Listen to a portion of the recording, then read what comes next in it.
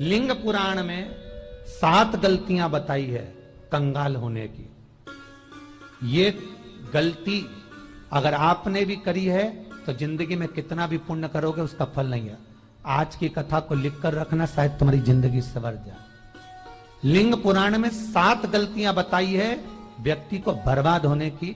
पहली गलती है, उसमें से अगर आप स्वीकार कर रहे हैं ये गलती तो समझ लो कि गलती आपने करी है। गंगा जल तो बुलवाया टैंकर भरकर, 21,000 बेलपत्र भी समर्पित कर रहे हो। आप मंदिर के अंदर बैठ गए, दर्शन करने वाला आता रहा, किसी को अंदर प्रवेश नहीं दिया। आप गंगा जल चढ़ाते रहे, आप बेलपत्र चढ़ाते रहे, आप स्वयं पूजन करते रहे, और दूसरा व्यक्ति ना जाने किस भाव से, किस रूप में आकर भगवान की सेवा करना चाहता था। पंडित जी ने आपके चक्कर में उसको जल नहीं चढ़ाने दिया, पंडित जी ने आपके चक्कर में उसको बेलपत्र नहीं चढ़ाने दिया। पहली गलती यह हो गई कि भगवान के भक्त को भगवान से दूर कर दिया गया। अब उठा लो श्रीमद् भागवत कथा। 2 देवताओं ने गलती करी थी। एक ब्रह्मा जी ने गलती करी थी कि गाय बछड़ों का हरण कर लिया था। 1 वर्ष होने में 1 दिन था तब ब्रह्मा जी ने गाय बछड़े वापस दिए थे। दूसरी गलती इंद्र ने करी थी, जल वृष्टि करी तब भगवान कृष्ण को गोवर्धन पर्वत उठाना पड़ा। दोनों देवताओं ने गलती करी, पर भगवान कृष्ण ने इंद्र को क्षमा कर दिया पर ब्रह्मा को क्षमा नहीं करा। क्यों नहीं करा? क्योंकि इंद्र को क्षमा इसलिए करा क्योंकि इंद्र ने जब जलवृष्टि करी तो सारे ब्रजवासियों को भगवान के चरणों में लाकर छोड़ दिया। सारे ब्रजवासी गोवर्धन पर्वत के नीचे आकर बैठ गए, भगवान के चरणों में आ गए। और ब्रह्मा ने जो गलती करी वो ऐसी गलती करी कि भगवान से गाय और बछड़ों को दूर कर दिया। जो भगवान से भगत को दूर कर दे उसको शंकर कभी क्षमा नहीं कर सकता। इसलिए बर्बादी का पहला कारण आप भक्त और भगवान में दूरी बना दी। दूसरा कारण, भगवान की जब पूजन कर रहे हो, 21,000 बेलपत्र चढ़ा रहे हो, गंगा का जल चढ़ा रहे हो, चंदन चढ़ा रहे हो, अबीर चढ़ा रहे हो, गुलाल चढ़ा रहे हो, तो तुम्हारे भीतर ये अहंकार, जब तुम पूजन करके उठो तो उठते समय तुम्हारे भीतर अभिमान नहीं होना चाहिए कि मैंने जो अनुष्ठान करा उसके बराबर कोई नहीं कर सकता। तीसरा कारण कहा कि भगवान की सेवा तो आप कर रहे हो, भगवान की चाकरी में तो आप लगे हो, भगवान की आराधना भी कर रहे हो, दिया भी लगा रहे हो, धूप बत्ती भी लगा रहे हो, स्नान भी करा रहे हो, पंचामृत स्नान भी करा रहे हो, सारी पूजन अर्चना सब तुम कर रहे हो। पर हो सकता है इस पूजन अर्चना में आप केवल 3 घंटा पूजन करते हो और बाकी के समय किसी न किसी की जीवात्मा को दुख पहुंचा रहे हो। एक कथा में एक बात कही थी कि भले मंदिर में दिया मत लगाओ, भले मंदिर में जाकर धूप बत्ती मत जलाओ, भले मंदिर में जाकर भोग मत लगाओ, भले मंदिर में जाकर जल मत चढ़ाओ, कुछ मत करो, भले भगवान को नए कपड़े मत पहनाओ, भले तुम्हारी मर्जी पड़े भगवान को भोग मत लगाओ, पर शास्त्र कहता है कुछ मत करो, पर एक काम जरूर करना कि किसी के चेहरे पर प्रसन्नता ला देना तो मंदिर में दिया जलाने के बराबर होगा। किसी के चेहरे पर चमक ला देना, प्रसन्नता ला देना तो अगरबत्ती लगाने के बराबर होगा। किसी गरीबड़े के, किसी दुखी के चेहरे पर अगर तुमने प्रसन्नता ला दी तो वो भगवान को कपड़े पहनाने के बराबर होगा। मालूम पड़े तुम मंदिर में पूरी सब्जी बांटो, मंदिर में भोजन कराओ, मंदिर में सारा पकवान चढ़ाओ, और कोई तुम्हारे कारण अगर दुखी है तो तुम्हें वो सुख का भान नहीं हो सकता। तीसरा कारण है हमारा, वो सुख नहीं मिल सकता। चौथा कारण है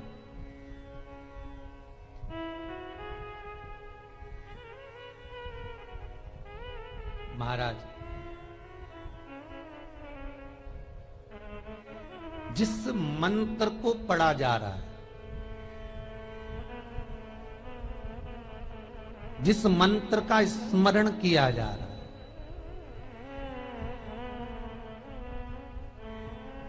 जिस भगवान की माला को हम जप रहे हैं, हम पाठ कर रहे हैं, उसमें त्रुटि। उठा लीजिए दुर्गा सप्तशती। दुर्गा सप्तशती का हिंदी अनुवाद में एक थोड़ा सा दृष्टांत दिया है, आपको मालूम होगा।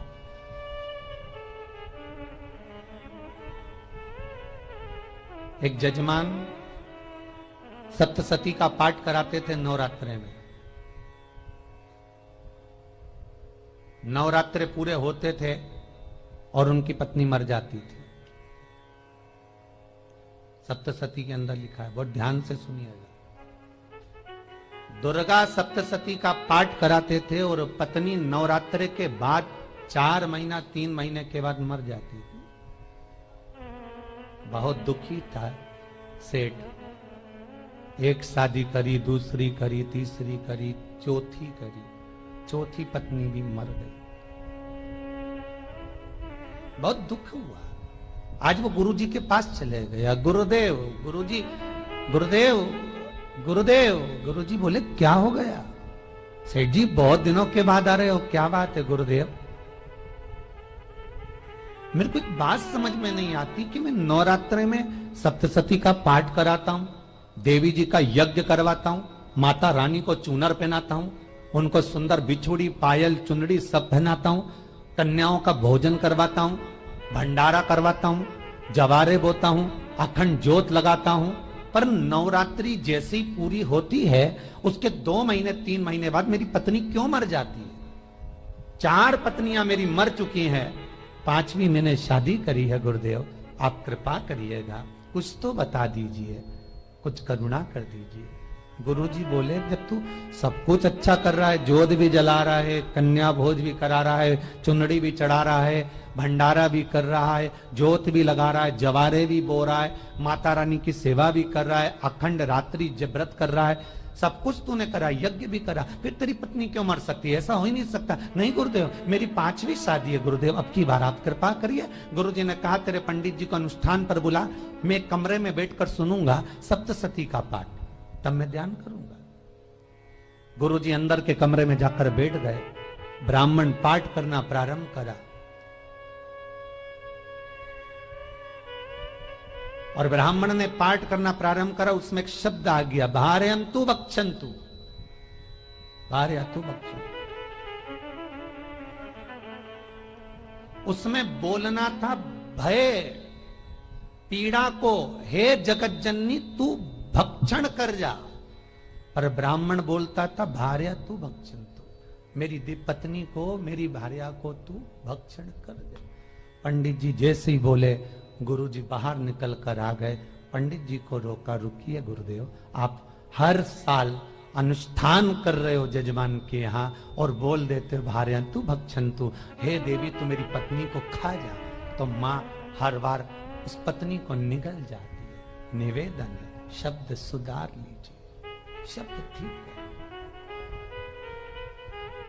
चौथा कारण है कि आप जो पाठ कर रहे हो, आप जो पूजन कर रहे हो, आप जो अनुष्ठान कर रहे हो, उसमें कुछ ना कुछ गलती जरूर हो रही है। ये चौथा कारण है।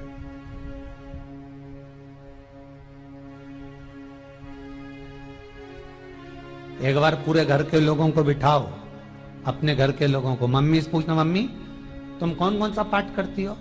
एक बार मम्मी से पूछना। फिर एक बार पापा से पूछना, पापा आप कौन कौन सा पाठ करते हैं सुबह? फिर बहू से पूछना, भाभी आप कौन कौन सा पाठ करती हो?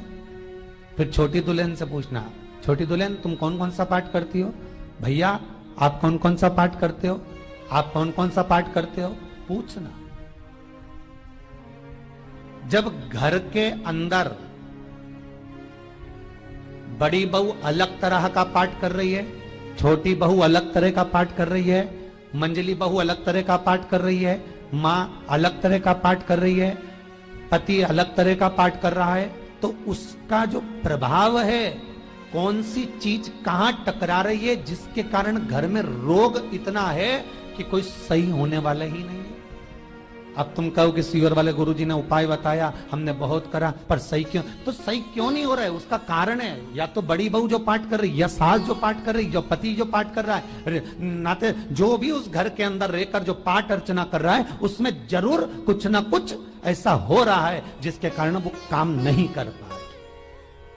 उसमें कुछ ना कुछ गलती हो रही है जिसको तुम समझ नहीं पा रहे, जिसको तुम अपने आप को बहुत विचार करते हो कि मेरे बराबर कोई नहीं कर सकता, मैं शंकर की भगत, मैं राम की भगत, मैं कृष्ण की भगत, मैं जो करती हूँ बहुत अच्छा करती हूँ, मैंने जो किया बहुत अच्छा करा, पर हो सकता है उसी कारण आपको दुख झेलना पड़ रहा।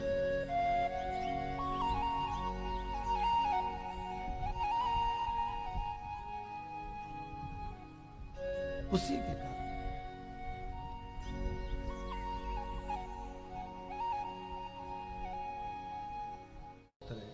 महाराज, हमने जो दान किया, हमने जो पुण्य किया, हमने जो सत्कर्म किया, वो किस जगह पर लगा? पांचवा सूत्र,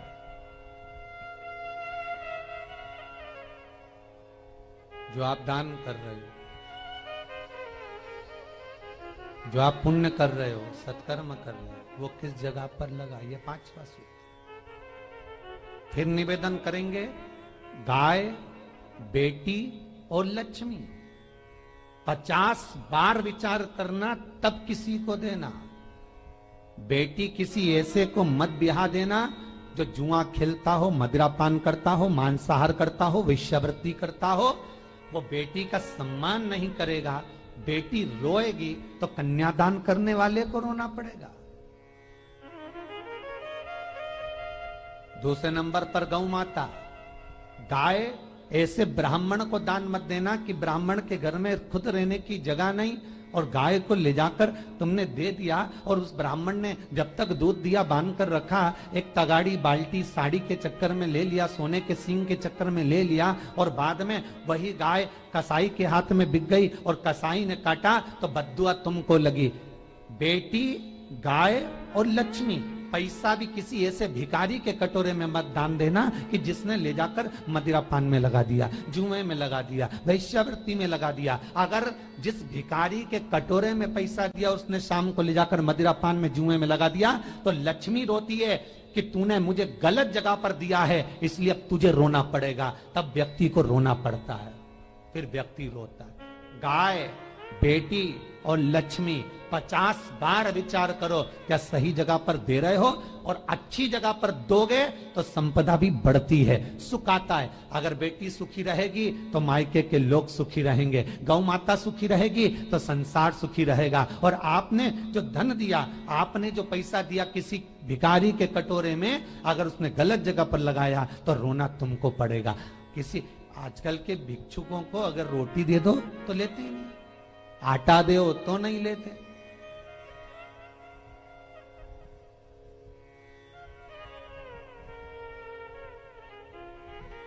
पहले के समय में जो भिक्षुक आते थे ना, तो रोटी बनी हुई मांगते थे। बूढ़ी बूढ़ी माताएं जानती होंगी, चिमटा बजाकर, घुंघरू बजाकर कहते थे भोजन, तो 2 रोटी निकाल कर दे दी जाती थी घर से। लो बाबा, तो माता इतना प्रेम रखती थी, केवल रोटी नहीं देती थी, बाबा बैठो हम सब्जी ला कर देते। इतना प्रेम था बुजुर्ग माताओं का, बैठो। और आज के जमाने में अगर रोटी दे दो तो फेंक दे नली में ले जाके, पैसा चाहिए। क्यों? शाम को पीने के लिए चाहिए ना, मदिरा पान के लिए, मांसाहार के लिए, जुए के लिए, वैश्यावृत्ति के लिए धन चाहिए।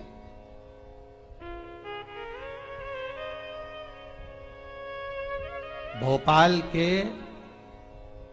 और इंदौर के, इंदौर का राजवाड़ा चौराया और भोपाल का लाल घाटी चौराया, इन दोनों चौराहे पर इतने से बच्चे लोग भीख मांगते हैं और उनकी माताएं और उनके पिता रोड के किनारे पर चिलम लगाते बैठे रहते हैं, पांव लंबे करके पड़े हैं और ये कमा कमा के उनको दे रहे हैं। और धन्य हैं ऐसे लोग जो उनको दान भी दे देते हैं। जिसको जरूरत है उस तक कुछ नहीं पहुंचता। अभी भी 4-6 महीने लॉकडाउन चला, जिसको जरूरत थी एक एक रोटी की उस तक कुछ नहीं पहुंचा, और जिसके पास में पहले से भरा हुआ था उसने और ले जाके भर लिया। जिसको जरूरत थी उस तक नहीं पहुंचा। अभी ठंड आ रही है, बहुत सारी संस्थाएं कंबल बांटेगी, रेलवे स्टेशन पे लोगों को कम्बल उड़ा रहे हैं, कोई सो रहा है जमीन पर उसको कम्बल उड़ा रहा है, बस स्टैंड पे चले गए कोई रोड पे सो रहा है कम्बल उड़ा रहा है, तो इतना बड़ा नाम चलेगा कि उनने कम्बल उड़ाए, कम्बल उड़ाए, कम्बल उड़ाए। और वो कम्बल जिसको उड़ाया वो दूसरे दिन जाकर कपड़े की दुकान पर बेच के आ गया, 200 रुपए लिया, रात को पीकर फिर सो गया, क्योंकि फिर कहीं कहाँ आएगा, फिर उड़ा के चले जाएगा, क्योंकि इन्होंने तो ये करके रखा है कि नाम कमाना है तो कम्बल उड़ाए जाओ। जिसको जरूरत है वहां तक सामान नहीं पहुंचता भाई, जिसको जरूरत है वहां तक सामग्री नहीं पहुंचती भाई। आपने दिया और उन्होंने ले जाकर बेच दिया, और फिर सोचते हो कि मैंने तो पुण्य करा है। कई लोग कहते हैं मैंने दान करा, मेरे को इतना फल मिलेगा। काहे का दान करा? ऊपर तो जा, यमराज के डंडे पड़ेंगे।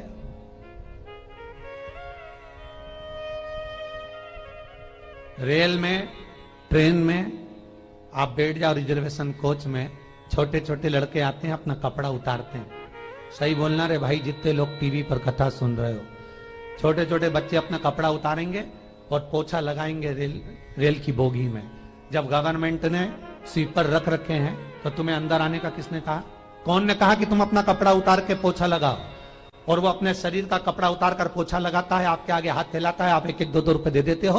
वो अगले स्टेशन पर उतरता है, कोई सूंघने की सामग्री लेता है, सूंघ सूंघ के वो बर्बाद हो जाता है और कहीं कूद कर मर जाता है। उसके मरने में 1 रुपया तुम्हारा भी लगा है, इसलिए नरक तुमको भी भोगना पड़ेगा, क्योंकि उसके मरने में तुमने हेल्प करी है।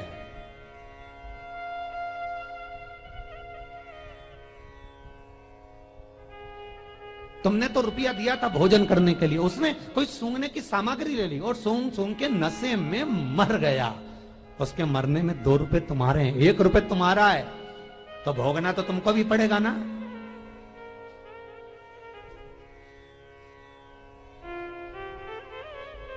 कहीं अच्छी जगह लगाओ, सत्कर्म की ओर लगाओ, तो सुख का आनंद कुछ और ही होगा, सुख का आनंद कुछ और ही प्राप्त होगा। हमारा धर्म, हमारा पुण्य, हमारा सत्कर्म। 5वां कारण अपनी पुस्तिका में लिखकर रखना, तुम्हारे दुख का 5वां कारण क्या है? क्यों तुम करोड़पति से रोड़पति बन गए? तुम्हारे यहां पर 4-4, 5-5 गाड़ी थी, खूब वैभव था, खूब धन था, फैक्ट्रियां चल रही थी, सत्ताएं चल रही थी।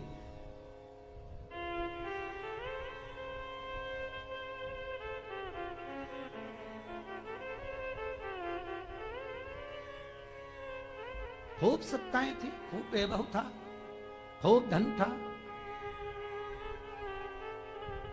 पर कुछ भी नहीं, सब धरा की धरा रह गए। सारा कोई वैभव बचा ही नहीं, कोई वैभव नहीं। एक हमारे सेंधवा के भगत हैं महाराज, बड़े भावपूर्ण भगत।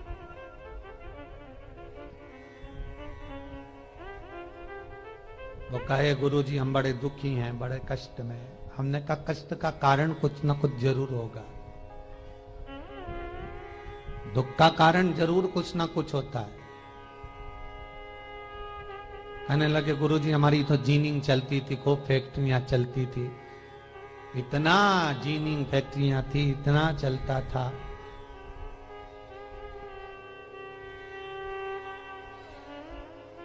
इतनी जीनिंग चलती थी, इतनी फैक्ट्रियां चलती थी, गुरुदेव बहुत दुखी हो गए। हमने कहा दुख का कारण, जो ये 7 कारण है शिव महापुराण के, लिंग पुराण में जो 7 कारण बताए हैं दुख आने के, जब फैक्ट्रियां अच्छी चल रही, जीनिंग अच्छी चल रही, व्यापार अच्छा चल रहा है, तो 7 कारण बताए हैं कि आप उन 7 कारण में से कोई कारण आपके साथ में हुआ है जिसके कारण आप रोड पर आ गए, करोड़पति से रोडपति बन गए।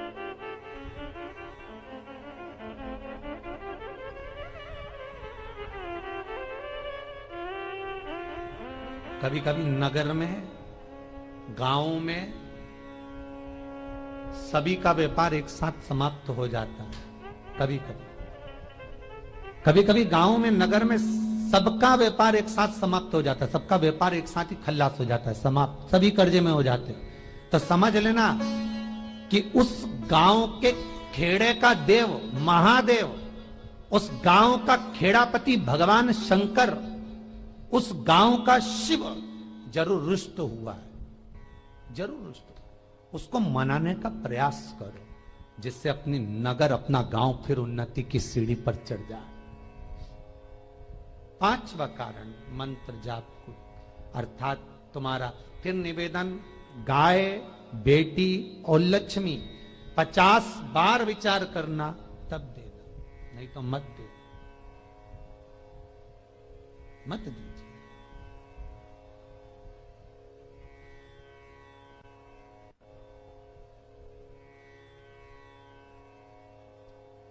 और महाराज भगवान शिव की कथा का छठा कारण बता, हमारे दुख का कारण छठा कारण,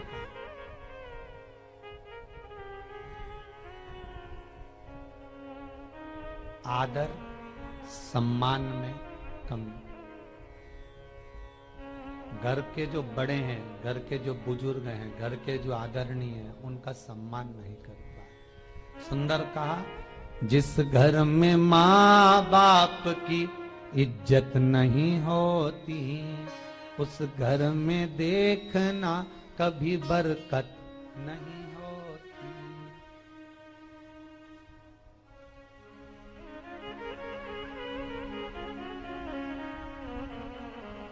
छठा कारण है सम्मान, सत्कार, आदर ना होना। जब धन, सातवां कारण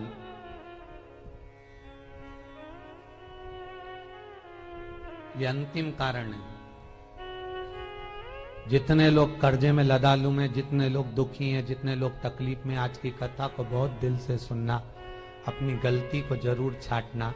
मुझे विश्वास है मेरा भोलेनाथ, आप अगर गलती को स्वीकार कर लोगे तो शंकर वापिस आपको करोड़पति बना देगा, लखपति बना देगा। शंकर आपके भंडार फिर भर देगा। 7 कारण में से अपनी गलती को जरूर छांटना, साहब कि आपने गलती कौन सी करी,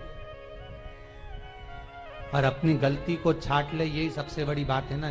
लोग सुनने के बाद भी नहीं छाटेंगे, नहीं मैंने तो कुछ करा ही नहीं, मैं तो कुछ कर ही नहीं, बस मैं ही तो है, हरी जगदम्बा वो मैं ही फंसा है बीच में।